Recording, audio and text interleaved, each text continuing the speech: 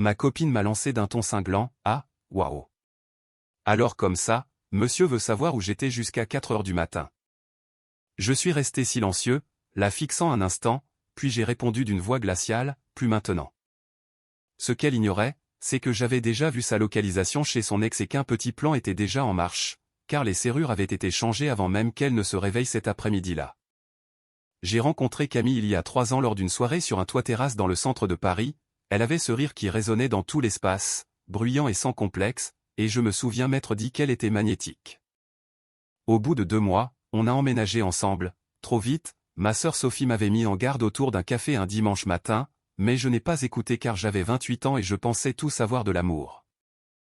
La première année a été incroyable, on cuisinait ensemble le soir en semaine, on partait sur un coup de tête en week-end à Deauville, on restait éveillé jusqu'à 3 heures du matin à parler de tout et de rien. La deuxième année, des petites choses ont commencé à fissurer les fondations, elle sortait avec ses amis de fac et rentrait à 2 heures du matin en sentant le tabac froid et l'alcool. Ça ne me dérangeait pas qu'elle sorte, je n'ai jamais été contrôlant à ce point, mais elle devenait bizarrement défensive quand je posais des questions basiques comme « Ta soirée s'est bien passée ?» Me répondant sèchement « T'es pas mon père, Thomas », et je laissais tomber parce que je détestais la tension qui suivait les disputes. Puis est arrivée la nuit de jeudi dernier, je me suis réveillé vers 3h30 et j'ai tendu la main de l'autre côté du lit, trouvant des draps vides et froids. J'ai vérifié mon téléphone, pas de SMS, pas d'appel manqué, alors j'ai ouvert l'application de partage de localisation qu'on avait installée il y a des mois quand elle avait insisté pour des raisons de sécurité après qu'une de ses amies se soit retrouvée coincée dans le centre. Le petit point bleu était immobile, rue Oberkampf, je connaissais cette adresse car son ex-copain, Maxime, vivait là dans un 2 pièces avec son colocataire près de la fac.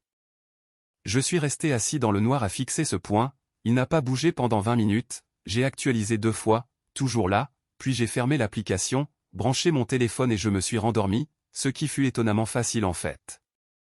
Je crois que je m'attendais à quelque chose comme ça depuis des mois, peut-être même un an, et le soulagement d'avoir la confirmation était presque apaisant. Quand je me suis réveillé à 7 heures, j'ai envoyé un SMS à mon propriétaire, Monsieur Bernard, avec qui j'ai toujours eu de bons rapports vu que j'habite là depuis des années et que j'ai toujours payé mon loyer à l'heure. Lui disant que j'avais perdu mes clés et qu'il fallait changer les serrures immédiatement, et que je paierais le double pour une intervention dans la journée, ce à quoi il a répondu dans la minute en disant qu'il m'enverrait quelqu'un pour midi.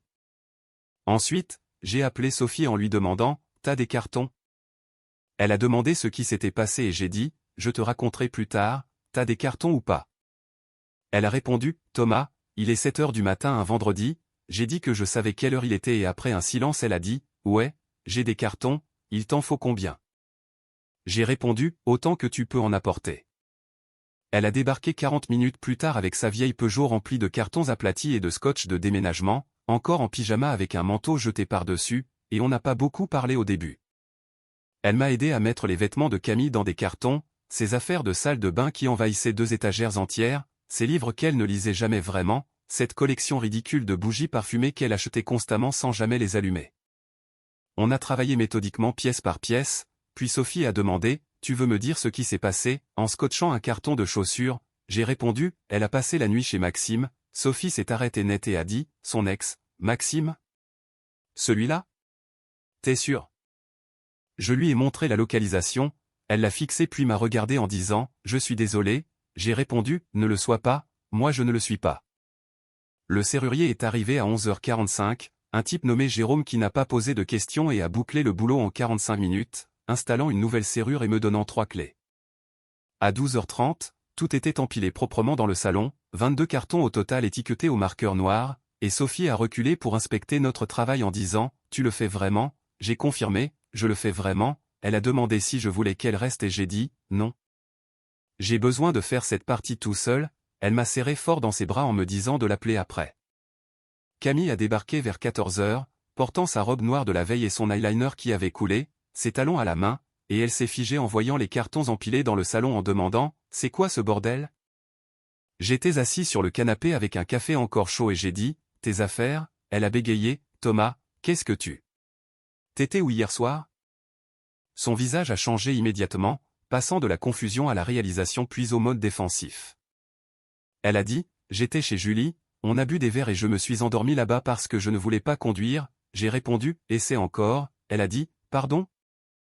Alors j'ai sorti mon téléphone, ouvert l'application de localisation et tourné l'écran vers elle en disant « T'étais chez Maxime jusqu'à 4 heures du matin ». La couleur a quitté son visage, puis est revenue sous forme de colère et elle a ri, ce son sec et amer, en disant « Ah, waouh, alors comme ça monsieur veut savoir où j'étais jusqu'à 4 heures du matin ». J'ai posé mon téléphone doucement sur la table basse, je l'ai regardé un long moment et j'ai dit « Plus maintenant ». Elle a demandé ce que ça voulait dire et j'ai répondu « Ça veut dire que je me fiche de savoir où tu étais, je me fiche de savoir pourquoi.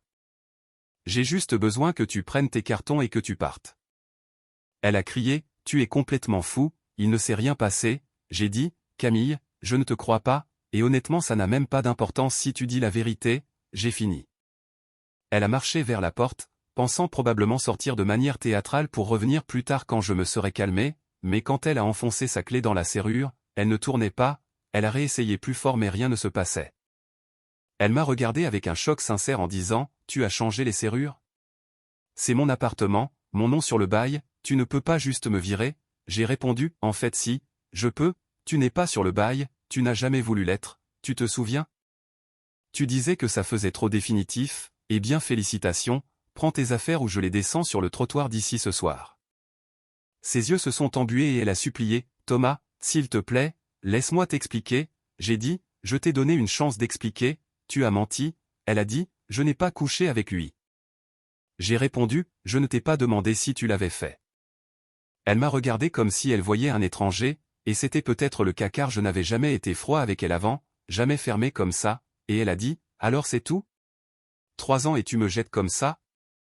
J'ai répondu « Tu as passé la nuit chez ton ex et tu as menti à ce sujet, ouais c'est tout. » Elle a commencé à pleurer, de vraies larmes, le mascara coulant sur ses joues, disant « J'ai fait une erreur, j'étais saoule et confuse et il m'envoyait des messages parce que son chien mourait et je suis allé le consoler. » Je l'ai coupé, « Arrête, Camille, arrête, je ne veux pas de l'histoire, je ne veux pas des excuses, je veux que tu appelles quelqu'un pour t'aider à bouger tes cartons. » Elle a sorti son téléphone avec des mains tremblantes et a appelé son amie Julie, la même Julie chez qui elle était censée avoir dormi, et j'ai entendu la voix de Julie via le haut-parleur, confuse au début puis compréhensive.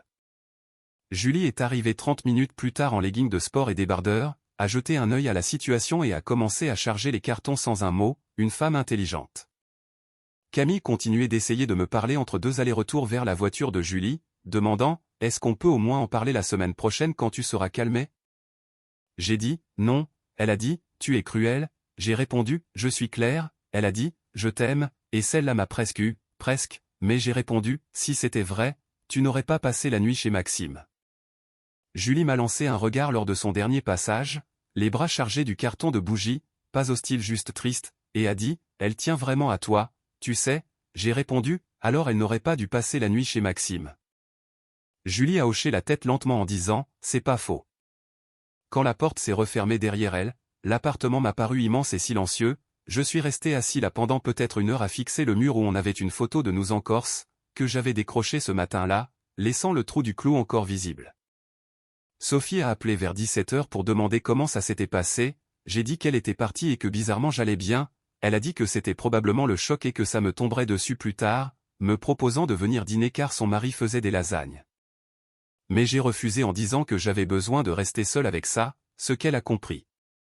Mise à jour 1, ce week-end-là, Camille m'a envoyé 47 SMS, j'ai compté parce que je n'avais rien d'autre à faire, la plupart étaient des excuses mélangées à des accusations qui se contredisaient, disant que je ne lui avais jamais fait confiance, puis que j'aurais dû savoir que je surréagirais. Puis que Maxime ne signifiait rien pour elle. J'ai répondu une seule fois dimanche soir, « S'il te plaît, arrête de me contacter », mais elle n'a pas arrêté. Lundi matin, Maxime m'a appelé, j'ai failli ne pas répondre mais la curiosité l'a emporté, il a dit « Thomas, mec, faut que je te dise un truc », j'ai dit que je ne voulais rien entendre mais il a insisté, « Écoute juste une seconde, il ne s'est rien passé. Elle a débarqué bourrée vers 1 heure du matin en pleurant sur votre relation, elle s'est endormie sur mon canapé, c'est tout, je savais même pas qu'elle allait venir. » J'ai demandé, pourquoi elle ne m'a pas juste dit ça alors ? Silence à l'autre bout du fil, et j'ai ajouté, exactement, parce que même si c'est vrai, et je dis pas que je te crois, elle savait à quoi ça ressemblait et elle a choisi de mentir au lieu d'être honnête. Il a dit, elle est pas bien la mec, vraiment pas bien, j'ai répondu, c'est plus mon problème, Maxime, avant de raccrocher et de bloquer son numéro. La même semaine, je suis tombé sur la mère de Camille, Patricia, au supermarché. Elle m'avait toujours bien aimé et m'a touché le bras au rayon fruits et légumes en disant « Camille m'a raconté ce qui s'est passé, je suis désolé Thomas ». J'ai dit merci et elle a ajouté « Elle reste avec moi pour l'instant, je crois qu'elle réalise qu'elle a fait une terrible erreur ». J'ai pris un autre avocat en disant « J'espère qu'elle va régler ses problèmes ». Elle a demandé « Est-ce qu'il y a une chance que vous deux ?» J'ai coupé « Non Patricia, je suis désolé mais non ». Elle a hoché la tête tristement en disant « Tu es un homme bien, j'espère que tu le sais, tu mérites mieux que ce qu'elle t'a donné ». Ce qui m'a presque brisé debout là au milieu des légumes avec cette femme qui m'avait accueilli chez elle pour 3 Noëls d'affilée. Mise à jour 2, 3 semaines plus tard, j'étais dans un bar du centre avec des collègues pour fêter la fin d'un projet quand j'ai vu Camille entrer avec Maxime, ils ne se tenaient pas la main mais ils étaient ensemble et riaient. Elle m'a vu immédiatement et son visage est devenu blême, je me suis retourné vers ma bière mais elle est venue me voir en disant « Thomas, c'est pas ce que tu crois ».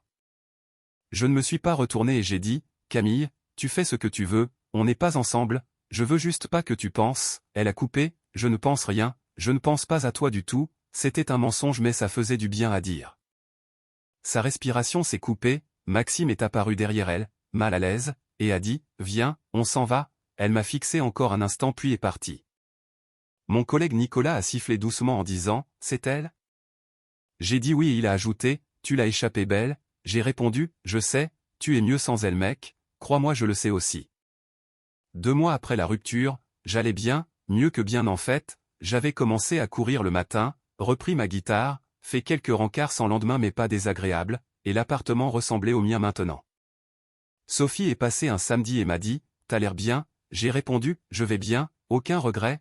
Elle a demandé « Pas même un seul ?» Tu penses qu'il se serait passé quoi si tu avais essayé d'arranger les choses? J'ai répondu « Je serais encore en train de me poser des questions à chaque fois qu'elle sort, de vérifier cette appli de localisation à 3 heures du matin, c'est pas une relation ça, c'est une prison que je me serais construite moi-même. » Elle a hoché la tête et a dit « T'as fait ce qu'il fallait ?» J'ai dit « Je sais, je suis sûr, pour la première fois depuis 1 an je suis complètement sûr de quelque chose. » La dernière fois que j'ai entendu parler de Camille, c'était 4 mois après la rupture, un ami commun Antoine a mentionné qu'elle et Maxime avaient emménagé ensemble puis que tout avait explosé après 2 mois quand il l'a surprise à envoyer des messages à un autre mec tard le soir. L'ironie ne m'a pas échappé mais je ne me suis pas senti vengé, juste distant, comme si j'entendais parler d'une série que je ne regarde plus. Ce soir-là, j'ai supprimé son numéro définitivement, j'aurais dû le faire plus tôt mais je n'étais pas prêt pour ce côté définitif, mais là le dernier lien était coupé. J'ai mieux dormi cette nuit-là que depuis des années, aucune partie de moi n'attendant un texto ou un appel, juste le silence et la paix. Le lendemain matin, je me suis fait un café sur mon balcon en regardant le soleil se lever sur les immeubles, mon téléphone face contre la table, et pour la première fois depuis longtemps je n'avais rien à vérifier, personne à qui penser, pas de point sur une carte à suivre, juste moi, le matin. Et une vie qui m'appartenait à nouveau complètement, et c'était parfait.